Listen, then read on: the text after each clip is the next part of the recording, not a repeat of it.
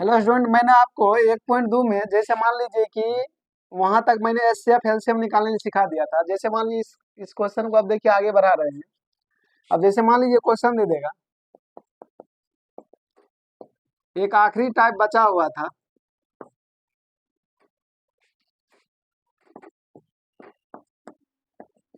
कि 6 पर power N किसी प्राकृत संख्या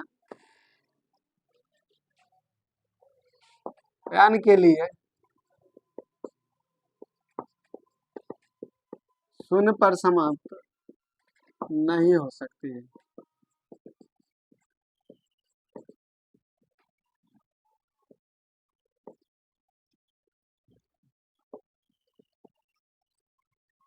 तो देखिए इसको कैसे हल करेंगे। देखिए इसके लिए आप क्या कीजिएगा, पहले मान लीजिएगा, माना कि ये बराबर 6 पर पावर एन। तो देखिए 6 को क्या लिखेंगे, 2 गुना 3 पर पावर एन। इसको क्या लिखेंगे, 2 दी पावर एन गुना 3 पर पावर एन। अब देखिए किसी भी प्राकृत संख्या का अंक शून्य पर समाप्त होने के लिए क्या क्या चाहिए। जैसे मान लीजिए 10 का गुणनखंड करते हैं, शून्य मतलब 10, सबसे पहला संख्या जीरो वाला जो होता है 10 ही आता है, 2 पचे 10। तो क्या चाहिए, 2 और 5 चाहिए। मतलब किसी भी प्राकृत संख्या का अंक शून्य पर समाप्त होने के लिए मतलब अभाज्य गुणनखंड क्या होना चाहिए, 2 और 5। यहाँ लिख दीजिएगा, किसी भी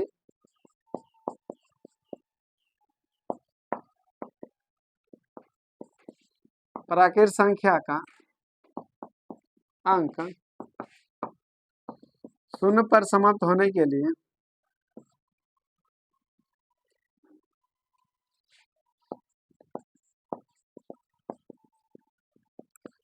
लिए अभाज्य गुणनखंड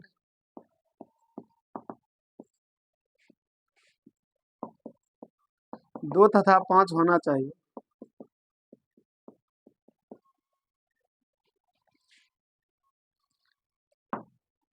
यहाँ अभाज्य गुणनखंड क्या है, 2 और 3 है ना, यहाँ लिख देंगे। पहले यही लिखना है, किसी भी प्राकृत संख्या का अंक शून्य पर समाप्त होने के लिए अभाज्य गुणनखंड क्या होना चाहिए, 2 और 5 होना चाहिए। ठीक, अब मान लीजिए, अब यहाँ क्या है, अभाज्य गुणनखंड 2 और 3 है। यहाँ अभाज्य गुणनखंड लिख दीजिएगा, 2 तथा 3 है। 2 तथा 3 के अतिरिक्त क्या है, कोई दूसरा अभाज्य गुणनखंड नहीं है। देखिए 2 और 3 के अतिरिक्त कोई दूसरा अभाज्य गुणनखंड नहीं है, लिख देंगे 2 और 3 के अतिरिक्त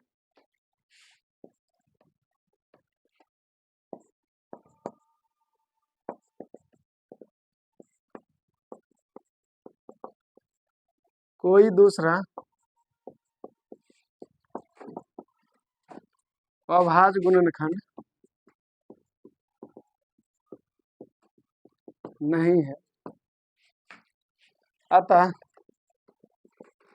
6 पर पावर एन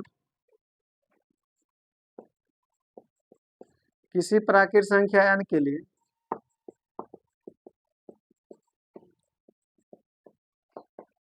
किस पर, शून्य पर समाप्त नहीं हो सकती।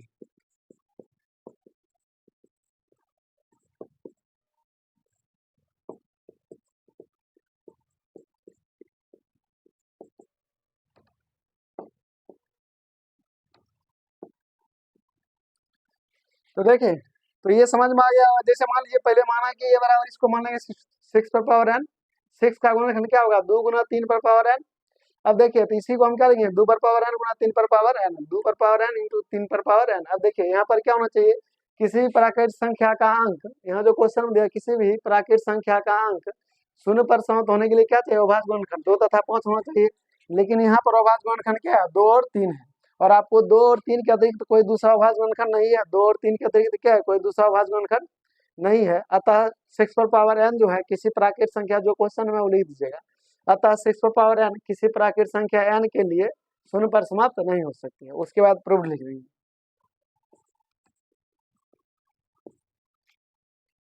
तो चलिए देखिए, ये आपको क्वेश्चन अच्छा से समझ में आ गया होगा। जैसे मान लीजिए देते हैं इस टाइप का, जैसे मान लीजिए अगला ये एग्जाम्पल है। ठीक, मान लीजिए 15 पर पावर एन है, तो 15 को क्या लिखेंगे, 3 गुना 5 पर पावर एन। तो क्या होगा, 3 पर पावर एन, और 5 है तो 5 पर पावर एन। यहाँ भी वही भाषा लिखा गया, किसी प्राकृत संख्या का अंक शून्य पर समाप्त होने के लिए अभाज्य गुणनखंड क्या होना चाहिए, 2 तथा 5 होना चाहिए। और यहाँ अभाज्य गुणनखंड क्या है, 3 और 5 है, तो यहाँ लिख देंगे यहाँ अभाज्य गुणनखंड 3 और 5 है। उसके बाद जो है 3 और 5 के अतिरिक्त ना यहाँ लिख देंगे 3 तथा 5 के अतिरिक्त कोई दूसरा अभाज्य गुणनखंड नहीं है। अतः जो क्वेश्चन में लिख दीजिए 15 पर पावर n किसी प्राकृत संख्या n के लिए 0 पर समाप्त नहीं हो सकती है। बस हो गया प्रूफ।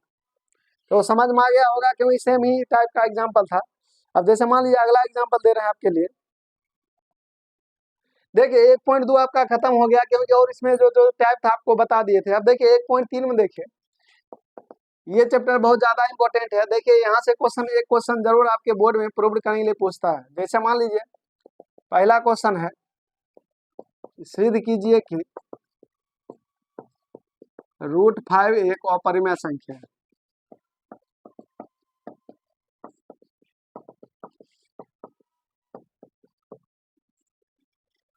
तो देखिए इसको कैसे हल करेंगे। जब भी वो अपरिमेय कहेगा प्रूव करने के लिए, तो पहले इसको मान लेंगे, माना कि √5 एक परिमेय संख्या है। तो आपको बताए थे कि परिमेय संख्या को जो है p/q के रूप में लिखा जाता है। तो p/q के रूप में लिख देंगे, p/q बराबर क्या हो जाएगा, √5। अब देखिए इसको गुना करिए, p यहाँ लिख देंगे, p लिख के बराबर √5 गुना q, √5q। रूट को हटाने के लिए क्या करेंगे, दोनों ओर वर्ग कर देंगे, मतलब दोनों ओर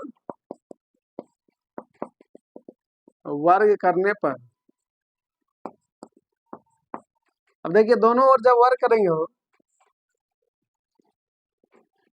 तो वर्ग करने पर क्या होगा कि जैसे p है तो p का स्क्वायर, और √5 है तो √5 का स्क्वायर। अब देखिए p², अब देखिए स्क्वायर से रूट कैंसिल हो जाएगा, स्क्वायर से रूट कैंसिल रहेगा, क्या बचे 5, और q का होल स्क्वायर, q²। इसको मान लेंगे समीकरण 1। तो यहाँ क्या लिखाएगा, p² किससे विभाजित है, 5 से। यहाँ लिख देंगे p² 5 से विभाजित है। जब p² जो है 5 से विभाजित है, इसका मतलब यहाँ जो p है वो भी किससे विभाजित होगा, 5 से। यहाँ लिख देंगे p 5 से विभाजित होगा।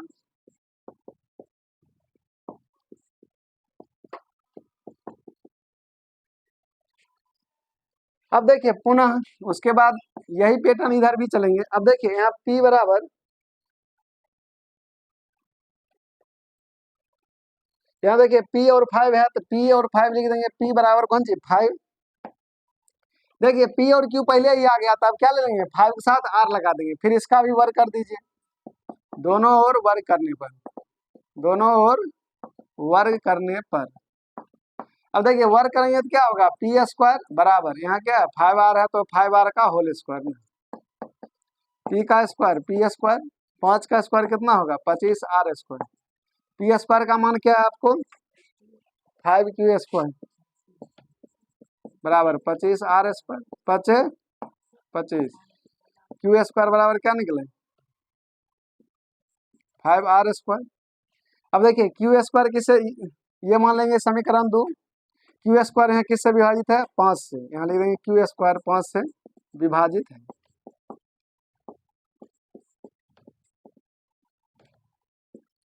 जैसे यहाँ आप लिखे थे p² 5 से विभाजित है, तो वहाँ इसलिए यहाँ पर q है स्क्वायर, q² 5 से विभाजित। फिर यहाँ लिखे थे p जो है 5 से विभाजित है, तो यहाँ भी q है, q 5 से विभाजित होगा, q 5 से क्या होगा विभाजित होगा। चलिए यहाँ तक हो गया। उसके बाद इसमें क्या करना है कि बस थोड़ा सा लैंग्वेज लिख दीजिएगा इसको। देखिए तो हम यहीं पर जो है इधर लिख देते हैं, यहाँ पर थोड़ा सा भाषा लिख दीजिएगा। समीकरण 1 तथा 2 से हम पाते हैं कि किससे विभाजित है 5 से विभाजित है, जो हमारे कल्पना के विपरीत है। जो हम सोचे थे उसके उल्टा हो गया, जो हमारे कल्पना के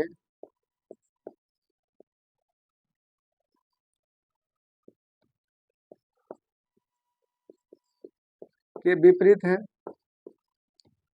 अतः ये क्वेश्चन खत्म होता है। अतः √5 एक अपरिमेय संख्या है, √5 एक अपरिमेय संख्या है।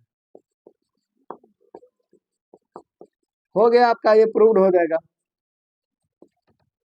तो देखिए बस इतना ही काम करना है, और इसमें कुछ कोई जो दोनों समीकरण निकालिएगा तो यहाँ लिख देंगे समीकरण 1 तथा 2 से हम पाते हैं कि कितना से विभाजित है, 5 से, जो हमारे कल्पना के विपरीत है, अतः √5 एक अपरिमेय संख्या।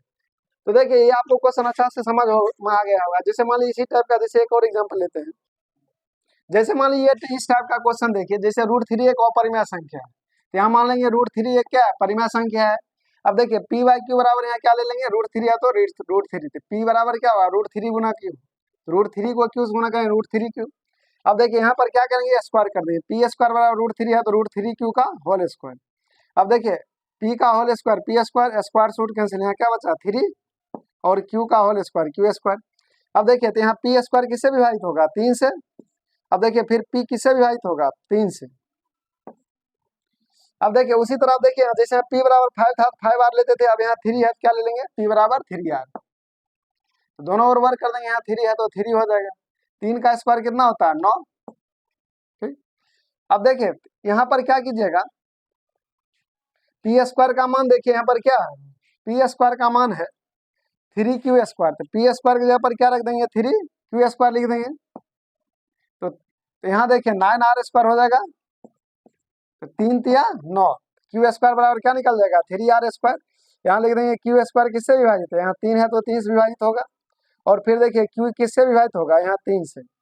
यहाँ लिख देंगे कि समीकरण 1 तथा 2 से हम पाते हैं कि 3 से विभाजित है, जो हमारे कल्पना के विपरीत है, अतः √3 एक अपरिमेय संख्या है। तो मुझे पूरी उम्मीद है कि आपको ये क्वेश्चन अच्छे से समझ में आ गया होगा। अब मान लीजिए कि कुछ अलग टाइप का एग्जाम्पल लेते हैं। जैसे अगला जो टाइप है आपका, देखिए जैसे मान लीजिए क्वेश्चन आपको प्रूव करना है कि 2√3 जो है एक अपरिमेय संख्या है। ठीक, देखिए बहुत ही सिंपल क्वेश्चन है, कुछ करने की जरूरत नहीं है। मान लेंगे, माना कि 2√3 एक परिमेय संख्या है। जब भी वो अपरिमेय कहेगा प्रूव करने के लिए तो क्या मानेंगे, परिमेय संख्या। परिमेय संख्या को किसमें लिखेंगे, पी बाई क्यू बराबर क्या चीज, 2/√3। देखिए इसमें कुछ करने की जरूरी नहीं है, पी है तो पी लिख दिए, बटा 2 गुना क्यू, 2 क्यू बराबर में √3 है तो √3। अब देखिए ये रूट से क्या है, बाहर है, तो ये हो जाएगा परिमेय, और देखिए ये क्या है, रूट में है, तो ये क्या होगा, अपरिमेय। तो मतलब यहाँ जो है p/2q परिमेय संख्या और √3 क्या है, अपरिमेय संख्या है, जो हमारे कल्पना के विपरीत है, अतः 2√3 अपरिमेय। यहाँ लिख देंगे, यहाँ p/2q एक परिमेय संख्या है।